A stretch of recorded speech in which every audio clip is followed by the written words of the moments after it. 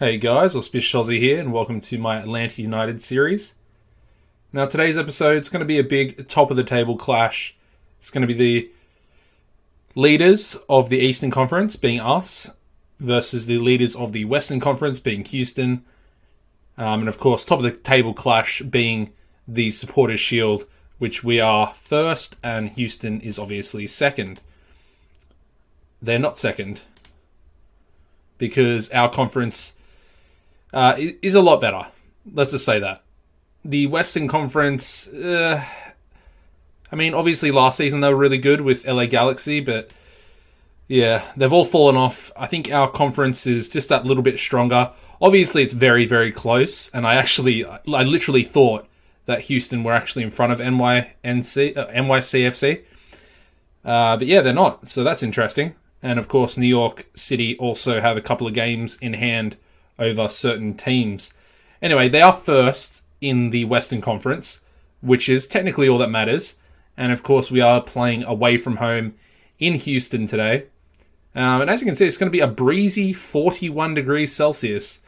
Now, obviously, Americans use the Fahrenheit, but 41 degrees Celsius, I believe, would be, I think, over 100 degrees Fahrenheit.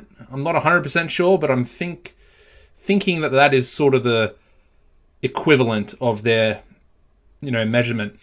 Anyway, let's go over the recent fixtures. Of course, the previous episode was the 3-0 victory over Phoenix Rising in the US Open Cup. We followed that up with a 0-0 draw against DC United. As you can see, Barco missed a penalty, and that would have obviously given us the win. We do have some transfers to go over in a second as well. But I just wanted to do the fixtures first. We then managed to absolutely destroy FC Cincinnati in the US Open Cup 5th round. Barco got himself a hat-trick, Breck Shea on the score sheet, and then we also had Klaassen picking up 2 goals for himself. And yeah, Leon also got sent off. So all around, a very interesting game, and kind of, surprising that we beat them 6-0. However, we followed it up with another 6-0 home victory, this time coming against Sporting Kansas City, who, in my opinion, are a pretty good team, so it was interesting. Anyway, Gressel got himself 2 goals, Klaassen also got himself another 2 goals in consecutive games. Villalba on the score sheet there, along with Leon. I don't think the US Open Cup suspensions count towards the MLS, so that's a good thing.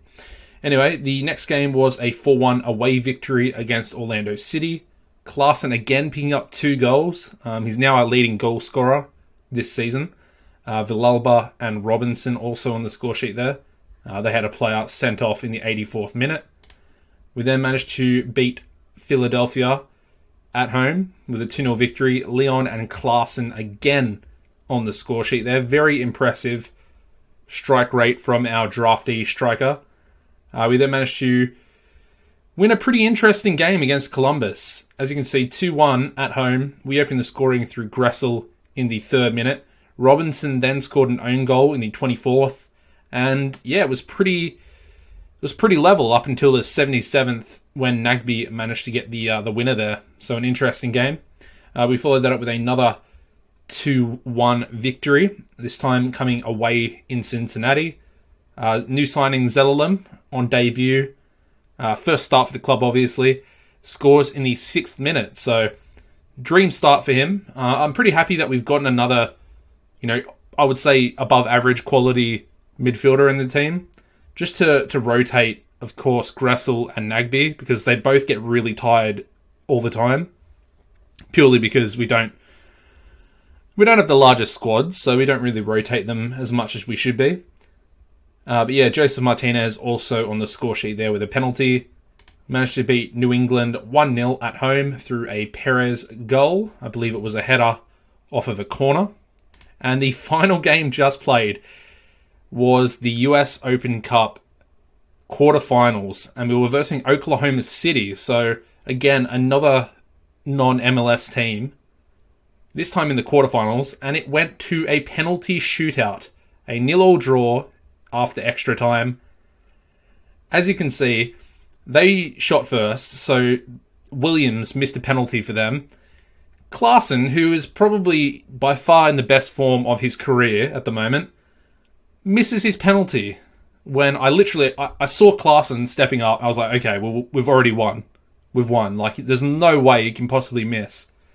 And he missed it. Oh man, I was so frustrated. I literally thought we were going to lose. I thought it was going to be one of those games where, obviously, penalty shootouts are a lottery. But yeah, they managed to miss one. Ross missed his, and then Pires managed to score the winning penalty and put us into the semi-final. And our opponents for that game is going to be New England. We won't do that. Of course, if we do beat them and make it into the final, we'll do that as an episode. But next thing we have to go over is the transfers. Now, a few interesting things happened, okay? We obviously had the 2 deals set up for Zellerlam, and then I can't remember the right back's name. His name is Josh Emmanuel. So we had those deals set up. However, the Zellerlam deal went through. However, with his signing, we were then over the salary cap with the squad registration. Therefore, they eliminated the Emmanuel transfer because we couldn't afford it in the wage bill, or the salary cap, sorry. So yeah, that deal got cancelled. I then had to buy Zellerlam's contract down, and now we've put in a new offer for Josh Emmanuel, and it's worked out a lot better because his contract expired. Obviously, he had already signed a pre-deal with us. So his contract expired. He left, I think it was it Shrewsbury? Yeah. Or Ipswich. He was on loan at Shrewsbury. But yeah, he left Ipswich, if I can get my words out. And yeah, we signed him again on a free transfer. And he is now on a much lower wage. I think he was going to be on like 2.6k per week. And now we've got him on a backup contract for 1.2k for 5 years. Which is awesome because he's a high quality. He's above average quality for a right back. However, he's American, and a 5-year contract essentially means we have him for the next 5 years locked at 1.2k per week, which is going to help with the salary cap. Anyways, in terms of the players out, this is where it gets interesting. Ezekiel Barco sold to West Bromwich Albion, £25 million. Yeah. They came in pretty strong, did West Brom. Of course, there were a lot of clubs interested in signing him. West Brom were the only club that actually put an offer in. But yeah, we managed to get, I think it was 10 million up front, 15 million in 3 installments, and a 40% of next sale on his transfer there. So basically that means whatever you would assume that he's probably going to, move to a bigger club above West Brom in the future. Therefore, whatever he sells for, there's a bit of a split between the MLS and the clubs in the MLS in terms of transfers.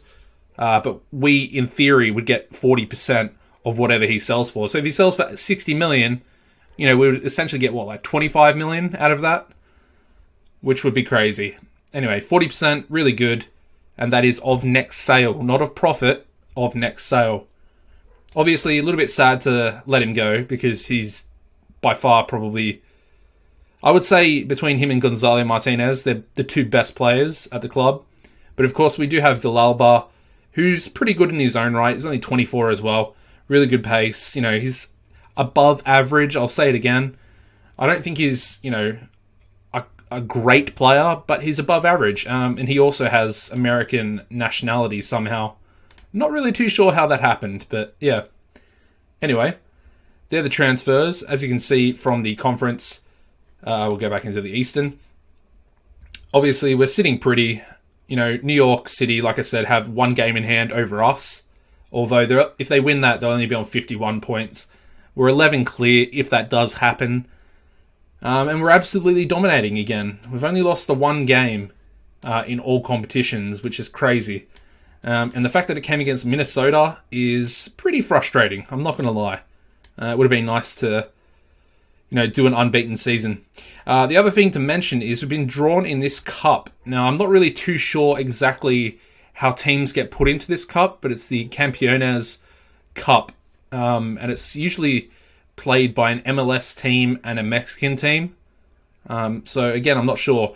I looked at last season, and it was Tigres against Toronto, and I'm assuming that is the winner of Toronto were the winners of the MLS 2 seasons ago. So in theory, they would start the 2018 competition as the winners, whereas Atlanta won it in 2018. Anyway, but yeah, Tigres managed to beat them. We're going to be versing Pachuca, which I think is interesting. I've had not a save, but I had to save a Pentagon challenge that I was doing, in my own time and privately. And I was at Pachuca for a while, trying to win the North American Champions League for that Pentagon. Anyway, off topic, let's get into today's lineup. It's actually starting to rain in my house right now. Not in my house, outside. But yeah, starting lineup's going to be Guzan in goals, Remedi at right back, Pires and Robinson as the 2 centre-backs, Bello as our left back, Laurentowicz will be the defensive midfielder with Gressel and Zelalem starting in the centre of midfield. Villalba will be on the right, Leon on the left, and then Klaassen will be up front. It's worth noting that obviously after the extra time in the Cup, a lot of our players are fatigued pretty bad. As you can see, Pires, Robinson, and Pogba are all greatly affected. Remedi probably in there as well. Gressel's not great. And then if you look at the bench, they're all pretty dreadful. So, yeah, it is what it is. We're just going to have to try and deal with it. Obviously, you would give Houston a little bit of an advantage, or extra advantage, seeing as they're also the home team today. Just going to tell the boys that I expect them to win, and hopefully can pick up a pretty good 3 points away from home against the Western Conference leaders. Gressel to Laurentowicz, hits the crossbar, Klaassen gets the rebound 4 minutes in. However, the referee is going to look at VAR and suss out the footage. Might not be a goal, although they are all currently running back to the halfway mark, or the halfway line. So I'm guessing it's probably going to stand. Yeah, there we go. Okay, great start.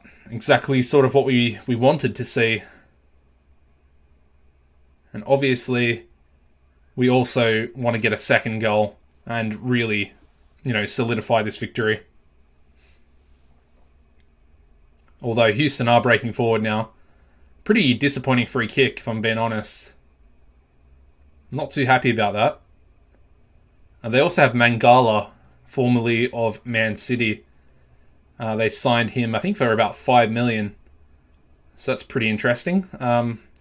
Probably wouldn't be signing a centre-back as one of my designated players. And it's now 1-1. Hairston? What an interesting name. The guy with dreadlocks is called Hairston. Who's their right back. Somehow he was in an advanced position there and managed to score the equaliser. Interesting.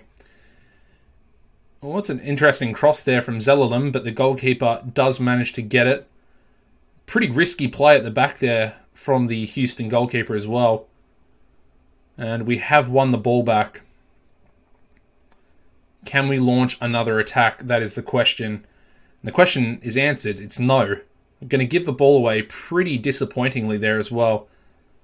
Although Houston are playing a very dangerous game passing around the back line, especially with our strikers pressing forward. Zelalem, nice little goal there. Goalkeeper probably could have done better to save that, in my opinion. But yeah, Zelalem, he's starting his Atlanta career pretty well.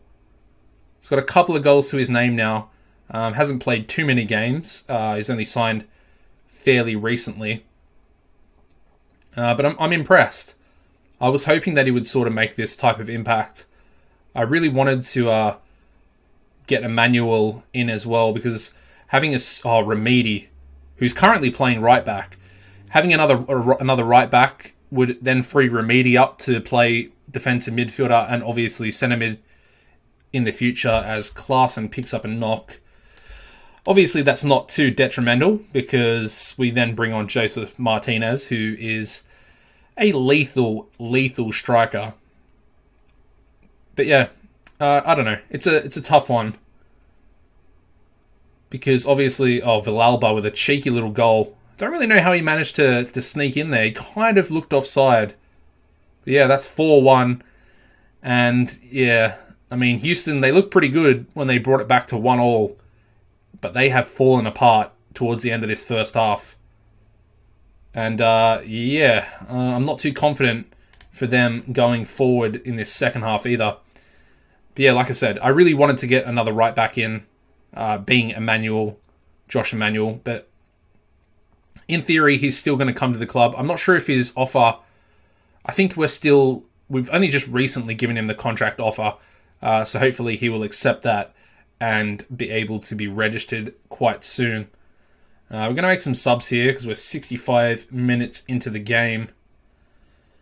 Breck Shea, I want to bring him on, but I can't really bring anyone off, to be honest. I want to bring Remedi off. Okay, what we can do is we can bring Gosselin on for Remedi, and then we can play Gressel at right back. He's not too bad there. Then we'll also bring Pogba on for Pires, and that's all three changes there. Just sort of bring the most fatigued players off. And I mean, I'm putting fatigued players back out on the pitch, but they're a little less fatigued than the players who they are replacing. Still 4-1. I mean, it's a pretty dreadful cross there. I mean, I don't really know if that was even a save by Guzan. It sort of just hit him in the chest. I don't really think he knew too much about it. Yeah, Joseph Martinez he's been a little bit lackluster, to be honest. I'll say that, and he'll probably go and score a goal now. He doesn't. He gives the ball away, which is reiterating my point that I just made. He's just been... Oh, come on. What are my defenders doing? Wake up. Wake up. Yeah, he just hasn't performed. And then Klaassen, I rotated them, and then Klaassen just started scoring goals and didn't really stop scoring. So, yeah, Joseph Martinez hasn't found himself in the first team for like the last 6 or 7 starts, I would say. He's on a 6.5 right now as well, which is sort of the typical type of performance that he was putting in that, led to his replacement in the first team. Anyway, the game is approaching full time here, and there hasn't been any goals in this second half yet. However, Houston just hit the crossbar with a header. We've got about 50 seconds left. Houston are piling on a bit of pressure here at the end. But now we're breaking forward through Joseph Martinez. He gives it to Leon. Nice little cross. Villalba! Oh, 2 chances at it, and he still can't put it in the back of the net. Disappointing stuff. Sort of expect a little bit better from him. Some would say Barco probably would have scored a goal there. But, Barco's gone. And I'm sad, but 25 million, definitely going to help the club. Anyway, there we go. Full time. Pretty impressive victory in the end. Obviously, a little bit nervy when it became 1-1 through the Hairston goal. But yeah, Klaassen's going to be out for 6 to 9 days. I'm not too sure if he's going to miss that semi-final. That'll be a little bit frustrating. Oh no, he won't miss it. It's 18 days away for some reason. Must be the mid-season break. Well, what I'm going to do in that case, we're going to schedule a couple of friendlies. Let's see, who can we verse? We can verse Valencia. Make 100,000 income on that. Let's do that. And then we'll verse one other team on the Friday there. Who shall we verse? Okay, we've got a few more teams in here now. Can verse Inter, AC Milan, Napoli. I want to verse one of the Milan clubs. Let's go AC Milan. make another 100,000 on that friendly. Yeah, that's pretty cool. You know, two fairly decent European clubs. Obviously, they're not going to be featured too much. Anyways, it's going to wrap this episode up, guys. Thank you very much for watching. Hopefully, you're not too upset about me selling Barco. I just felt 25 million, you know, MLS players don't get or don't attract that type of money too often. And, you know, with that, I have actually, it's worth noting, I'll show you very quickly here, but I have actually upgraded the junior coaching and youth recruitment.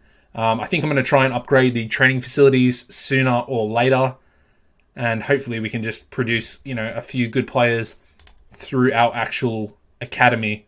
And I want to lean towards not trying to,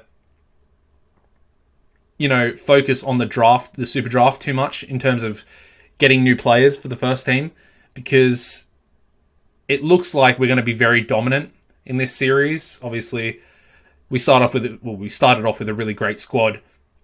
However, we're going to be the last draft pick every season unless we trade somehow for lower draft picks. So that's my thought process behind it. Anyway, yeah, thank you for watching, guys. Drop a like on the episode if you enjoyed it.